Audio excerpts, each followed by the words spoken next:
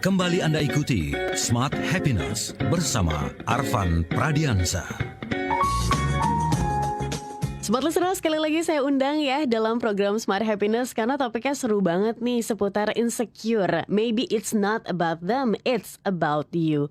Gimana Anda memandang diri Anda sendiri? Pernah gak sih Smart Listeners Anda merasa insecure terhadap sesuatu? Mungkin boleh sharing ya pengalaman Anda. 0812 11 12 959 atau di live chat YouTube channel Radio Smart FM. Dan kita masih bersama dengan Pak Arfan Pradiansyah membahas topik ini. Boleh silakan Pak Arfan untuk dijelaskan sebenarnya gimana nih kalau kita mungkin punya insecure tapi dengan bidang yang sama, dengan orang yang sama. Karena gini, ketika mungkin kita merasa bahwa aduh saya insecure nih dengan penampilan saya. Jadi ada dorongan gitu untuk bisa tampil lebih baik, mungkin dengan pilihan baju yang lebih pas. Kemudian mungkin kalau insecure dengan tinggi, mungkin bisa untuk menggunakan high heels kah atau seperti apa? Kita butuh nggak sih insecurities di dalam hidup kita? Silakan Pak Arfan. Ini pertanyaan yang bagus sekali. Tepuk tangan dulu dong. Terima kasih Pak Arfan. Ini pertanyaan bagus banget ya, karena banyak orang yang menyangka bahwa dia membutuhkan insecurity itu untuk maju. Padahal sebetulnya insecurity berbeda dengan kompetisi. Kita harus bisa ngelihat bedanya di mana gitu. Insecurity dengan kompetisi. Nah, kalau saya melihat seseorang, orang ini hebat banget gitu ya. Kemudian saya berpikir bahwa saya bisa kayak dia dan saya akan berjuang sekuat tenaga supaya prestasi saya bisa menyamai dia atau bahkan lebih daripada dia. Itu bukan insecurity. Itu namanya kompetisi yang sehat. Coba kita bandingkan ya, sekarang kita bandingkan ya.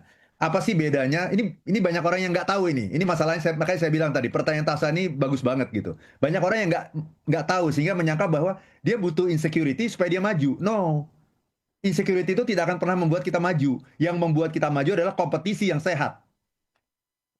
Pertanyaannya apa bedanya? Nah, yang pertama soal tujuannya. Kalau kompetisi yang sehat itu tujuannya adalah supaya apa? Saya berkompetisi nih sama orang ini. Ini orang ini kayaknya setara dengan saya gitu, dan saya harus memenangkan dia, memenangkan tender, memenangkan sebuah perlombaan, pertandingan ya. Jadi tujuannya adalah kompetisi adalah untuk apa? Menang. Kalau insecurity itu tujuannya bukan untuk menang. Tujuannya adalah agar kita merasa cukup gitu. Agar kita merasa layak gitu. Beda nggak? Terasa nggak bedanya? Jadi dia nggak merasa cukup dengan dirinya, dia nggak merasa diri itu berharga gitu. Nah, supaya dia bisa berharga itu, dia harus bisa ngejelek-jelekin orang. Dia harus bisa mencari kelemahan orang gitu. Dan selalu compare sama orang lain gitu. Jadi tujuannya bukan untuk menang, tujuannya untuk identitas diri gitu. Kira-kira lebih ke sana gitu ya. Tujuannya untuk supaya saya merasa layak diterima gitu. Nah, itu namanya insecurity. Nomor 2, apa perbedaan kompetisi yang sehat dengan insecurity? Kalau kompetisi yang sehat, itu lawan kita siapa? Diri kita. Diri kita. Diri kita tuh udah yang lebih wise tuh. Itu yang wisdomnya udah tinggi tuh. Yaitu lawan saya adalah diri saya yang kemarin kan begitu. Tapi yang wajar aja, yang biasa aja deh. Kompetisi itu yang kita lawan adalah kemampuan orang lain, betul ya? Benar. Kemampuan dia dong. Karena itu saya harus meningkatkan kemampuan saya supaya kemampuan saya bisa mengungguli kemampuan dia. Kalau insecurity itu bukan kemampuan yang jadi lawan kita, tapi eksistensi orang lain. Jadi dia lebih kepada sesuatu yang bersifat identitas, eksistensial gitu loh. Yang dilawan tuh eksistensi nih. Saya pingin eksis gitu. Kan buat apa kan sebenarnya kalau dipikir kan, kamu dapat apa sih? Gak dapat apa-apa, tapi dia merasa dia lebih eksis gitu, dia lebih berharga, dia lebih layak gitu, dia cukup gitu loh ya. Ya, yang ketiga energinya, kalau kita boleh bicara energi utamanya gitu. Kalau kompetisi yang sehat tuh, bayangin ya, kita mau berkompetisi sama orang. Kompetisi yang sehat itu energinya apa? Kita punya apa tuh kalau mau berkompetisi? Semangat itu satu. Bagus nggak itu? Bagus. Selain punya semangat juga kita harus apa tuh? Kita harus fokus. supaya kita menang dalam kompetisi. Jadi energinya tuh ada dua, energi utamanya itu ada dua. Yang pertama adalah semangat, yang kedua adalah fokus. Itu namanya kompetisi. Kalau insecurity, energinya apa coba? Kecemasan. Cemas, selalu cemas gitu. Satu lagi adalah keraguan. Karena dia meragukan dirinya. Cemas melihat orang lain, ragu melihat dirinya gitu. Ini dua hal yang berbeda. Kalau yang tadi kompetisi itu membuat kita semangat dan fokus, energinya energi positif. Kalau insecurity, energinya energi negatif. Kenapa? Karena insecurity hanya akan dibakar gitu oleh sebuah kecemasan, sebuah keraguan gitu. Nah, terakhir adalah hasilnya. Apa hasil dari sebuah kompetisi yang sehat coba? Hasilnya apa? Nomor satu, kepuasan. Puas. Kalau kita Mampu menang, menang. gitu ya. Yang namanya kompetisi itu hasilnya kepuasan. Kalau kita menang, melawan kompetitor kita, melawan pesaing kita, dalam hal apapun, dalam tender, pertandingan, perlombaan, dalam hal apapun, kita merasa puas kalau kita menang. Berarti kan positif toh. Kalau kita kalah, Kalau kalah mungkin kecewa atau kecewa, betul. Tapi kalau kompetisi yang sehat, kalau orangnya sudah wise gitu ya, sudah banyak belajar, kecewa itu namanya adalah apa? Kalah itu adalah pembelajaran gitu. Ya, jadi ini positif ya. Kalau saya menang, saya puas. Saya bisa mengalahkan dia. Kalau saya kalah, saya belajar sesuatu, kan gitu ya. Nah, kalau insecurity itu nggak pernah ada yang namanya kepuasan. I see. Nggak pernah ada. Yang ada adalah ketidakpuasan yang terus-menerus. Terus saja, dia akan terus nggak puas terus, gitu. Karena nanti apa namanya, yang namanya insecurity itu, kalau kompetisi itu bisa dimenangkan, kalau insecurity itu tidak akan pernah bisa dimenangkan sampai kapanpun. Tidak pernah puas sampai kita bisa berdamai dengan diri kita sendiri. Selama kita belum bisa berdamai dengan diri kita sendiri, yang namanya insecurity itu nggak bisa dimenangkan oleh diri kita gitu. Sampai kapanpun, selalu nggak puas terus, muter aja nggak puas lagi gitu. Nah itu, dan mudah-mudahan dengan bisa membedakan ini kita jadi tahu sekarang yang kita butuhkan dalam hidup itu adalah kompetisi, bukan insecurity. Dua hal yang berbeda. Kompetisi membuat kita lebih sehat secara fisik, secara mental, lebih semangat, lebih fokus. Tetapi kalau kita bicara insecurity, itu perjuangan, sebenarnya insecurity adalah perjuangan kita untuk mencapai eksistensi diri sendiri. Dan itu nggak pernah kita capai gitu. Kenapa? Karena kita tidak memiliki yang namanya pengenalan diri gitu. Ya, kita tidak punya yang namanya self-acceptance. Dan kita tidak punya rasa syukur. Sebenarnya itu intinya tiga tuh. Kalau kita bicara akar dari insecurity apa sih? Nomor satu, kurangnya self-awareness. Kita nggak nyadar siapa diri kita tidak mengenali diri kita tidak mengenali keunikan kita. Nah itu namanya akar insecurity yang pertama. Yang kedua, karena kita tidak mengenali diri kita dan sebagainya, akhirnya kita jadi kurangnya self-acceptance. Kita nggak nerima diri kita gitu. Kita nggak mau kayak gini. Kita punya sebuah bayangan ideal mengenai kita yang seperti apa yang akan lebih dihargai oleh orang lain. Kok saya nggak kayak gitu gitu. Gitu ya. Nah, yang ketiga adalah tiadanya rasa syukur gitu, karena saya merasa saya banyak kurangnya, orang lain banyak lebihnya gitu. Kurangnya rasa syukur atau tiadanya rasa syukur. Jadi sebetulnya orang yang insecure itu bukannya karena kurang hebat gitu. Bukannya karena kalah hebat, nggak memiliki hal-hal yang pantas dibanggakan, bukan itu. Tapi orang yang insecure itu faktornya cuma satu sebetulnya, gagal melihat.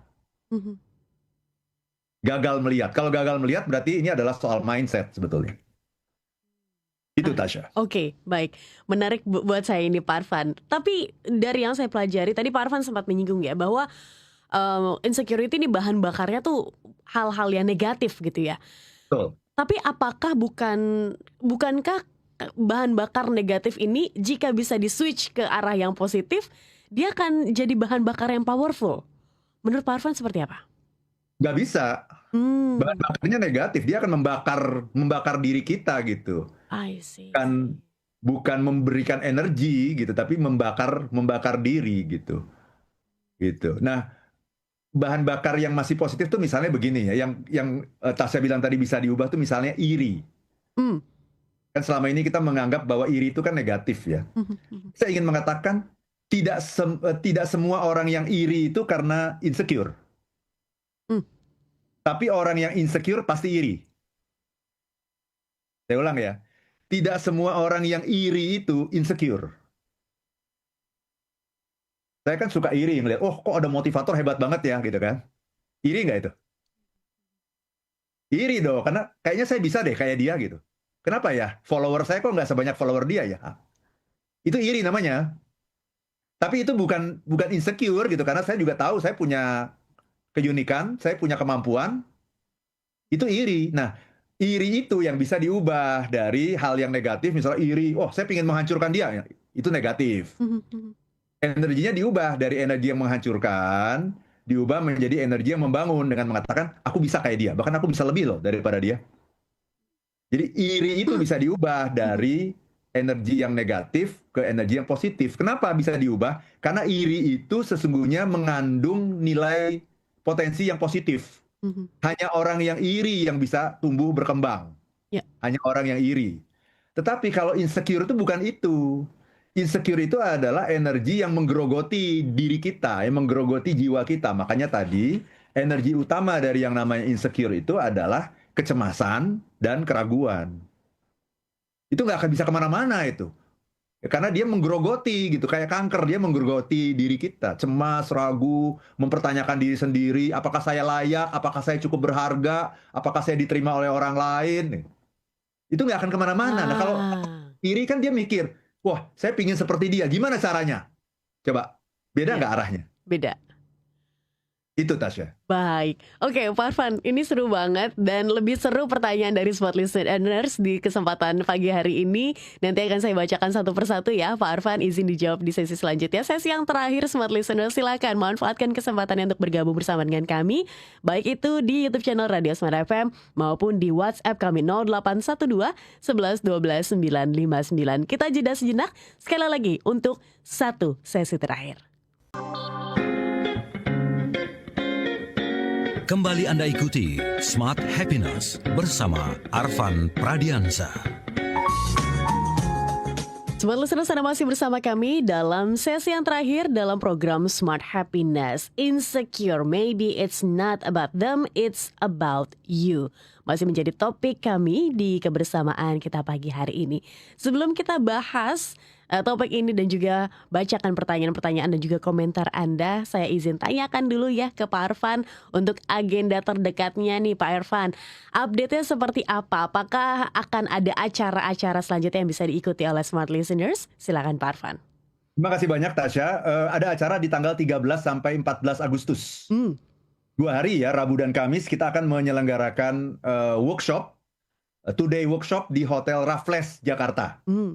Hotel Raffles itu di Kuningan ya. Nanti topiknya adalah The 8 Character of a Leader. 8 karakter kepemimpinan. The 8 Character of a Leader. Ini topik yang baru yang banyak diminati di berbagai instansi, BUMN, swasta. Karena ini terkait dengan bagaimana caranya menjadi seorang leader di era transformasi saat ini gitu. Bagaimana seorang leader bisa melakukan transformasi gitu. Jadi ini sangat penting, jadi silakan bagi teman-teman yang ingin mengikuti, silakan hubungi ILM di 0812 123 45 949 ya. The 8 Character of a Leader tanggal 13 sampai 14 Agustus di Hotel Raffles Jakarta. Investasinya 6 juta rupiah untuk 2 hari karena ini untuk makan siang 2 hari, snack dan sebagainya ya. Dan juga bisa ketemu ngobrol dengan saya selama 2 hari dan juga membangun networking dengan teman-teman di berbagai perusahaan dan instansi gitu. Itu yang pertama, Tasya. Yang kedua, kalau teman-teman, ini buku saya sedang banyak dibaca orang sekarang, Life is Beautiful, ada di Gramedia ya. Silakan teman-teman yang ingin mendapatkan cara pandang yang berbeda mengenai hidup, silakan teman-teman langsung saja ke toko buku terdekat ya di Gramedia atau gramedia.com, atau Anda bisa beli di Arfan Pra, di Tokopedia Arfan Pra. Nah, kalau Anda membeli di Tokopedia Arfan Pra, ada nilai tambahnya, karena nomor 1, Anda akan mendapatkan tanda tangan langsung dari saya. Itu yang pertama. Yang kedua, Anda juga bisa mengikuti seminar gratis selama 2 jam, ngobrol dengan saya nanti kita akan banyak berinteraksi lah ya selama 2 jam itu untuk membahas mengenai Life is Beautiful, sebuah jendela untuk melihat dunia. Jadi silakan ke Tokopedia @arvanpra atau Anda juga bisa menelpon ke ILM di 0812 12345 949. Itu Tasya. Oke, silakan Smart Listeners. Kalau mau ikut serta dan mungkin terlewat walaupun tadi nomornya gampang banget ya. Nanti langsung tanya aja ke Radio Smart FM, kami akan lanjutkan informasinya. Pak Arfan, izin saya bacakan satu persatu ya pesan dari Smart Listeners di pagi hari ini. Selamat pagi, akun Umi Property 081364 sekian. Selamat pagi Smart FM, selalu menyimak dari Batam. Terima kasih Pak Arfan, Mbak Tasya katanya. Pak Alex juga dari Pontianak. Halo Pak Alex, katanya di sana cuaca cerah. Pak Alex berkomentar, Pak Arfan, kalau topik ini berkaitan juga dengan kesederhanaan hidup apa adanya dan selalu bersyukur dengan apa yang dimiliki. Kalau saya sih dalam keadaan apapun sekarang tetap saya syukuri apa adanya karena itu semua pemberian Tuhan. Kemudian 081287 sekian, Ibu Martina, izin bertanya Pak Arfan, bukannya insecurity itu bisa dilihat dari sisi positif, di mana insecurity yang diikuti dengan kemauan untuk mengembangkan diri. Karena jika terlalu nyaman, maka tidak akan mengembangkan kemampuan untuk maju atau meningkatkan kompetensi dan produktivitas. Ketidakpuasan yang tidak pernah berhenti versus continuous restlessness dalam melakukan perbaikannya dalam organisasi, gimana Pak? Oke, saya bacakan lagi Pak Arfan, boleh? Boleh ya. Pak Karmoses bergabung, selamat pagi. Kalau kelebihan tidak perlu ditampilkan, kalau branding apa kontraproduktif? Nah, oke, di YouTube channel kami juga bergabung Watiza. Selamat pagi. Introvert, selamat pagi. Apa bedanya dengan paranoid, anxiety, apa insecure, tipe cemas ke positif, Pak? Kemudian Pak Peter bergabung, berkomentar, gantikan mindset I'm not good enough dengan I'm learning and growing. Insecurity itu terjadi karena selalu ada langit di atas langit. Insecurity fades when you take action. Small wins build confidence, katanya. Pak Yosia Makassar hadir katanya. Pak Sutrisno Hadi, insecurity itu memberikan label diri sendiri pada ruang negative thinking. Semakin dipelihara bibit insecurity ini, maka semakin dalam terperosok dalam jurang kecemasan dan mematikan kreativitas. Terima kasih Smart FM Pak Arfan. Terima kasih Pak Sutrisno yang luar biasa dan selalu mencerahkan. Sukses selalu. Terima kasih. Silakan Pak Arfan untuk komentar dan juga jawabannya. Ya, terima kasih teman-teman semua. Saya tidak bisa menyebutkan nama ya, tadi banyak sekali ya. Alex, Martina, Karmoses dan sebagainya ya. Bu Martina tadi insecurity itu positif gitu ya karena membuat kita tidak puas dan sebagainya. Oh, ini berbeda.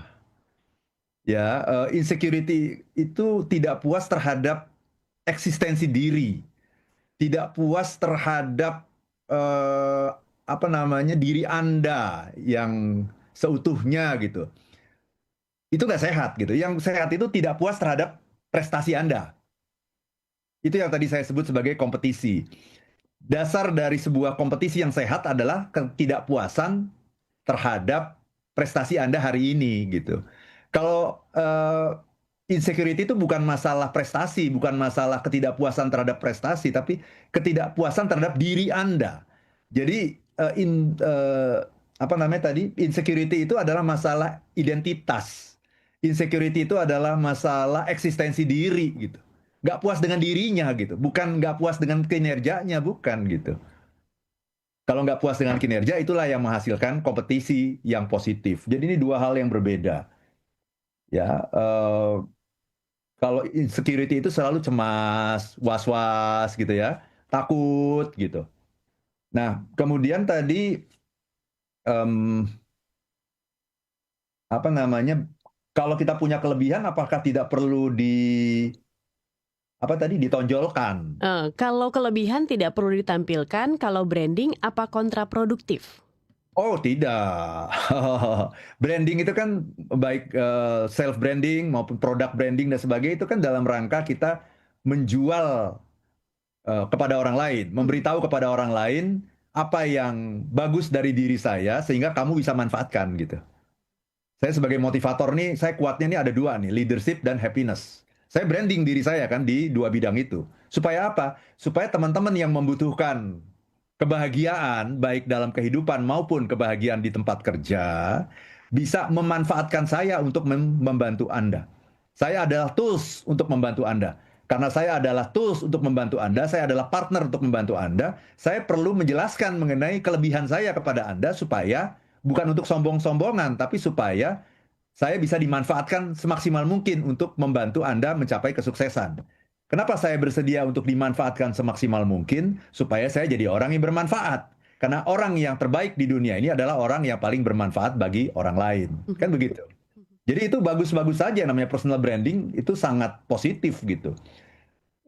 Kelebihan itu tidak perlu ditonjolkan dalam pengertian orang yang insecure itu menonjolkan kelebihannya dalam rangka mengungguli orang lain supaya dia lebih eksis dan lebih berharga, lebih diterima oleh orang. Jadi arahnya berbeda gitu, menonjolkan dengan arah yang berbeda gitu.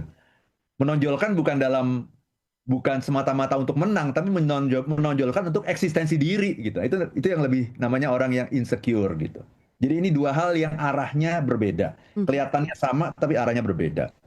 Kemudian I'm not good enough tadi ya. Ya itulah ciri orang insecure, selalu mengatakan I'm not good enough. Gitu. Tapi orang yang secure selalu mengatakan saya cukup. Tuhan itu Maha Pengasih, Maha Penyayang, Maha Kreatif, ya kan? Dan Tuhan itu kalau menciptakan sesuatu itu pasti sempurna. Namanya Tuhan. Kalau dia menciptakan Tasya tidak sempurna, berarti dia bukan Tuhan.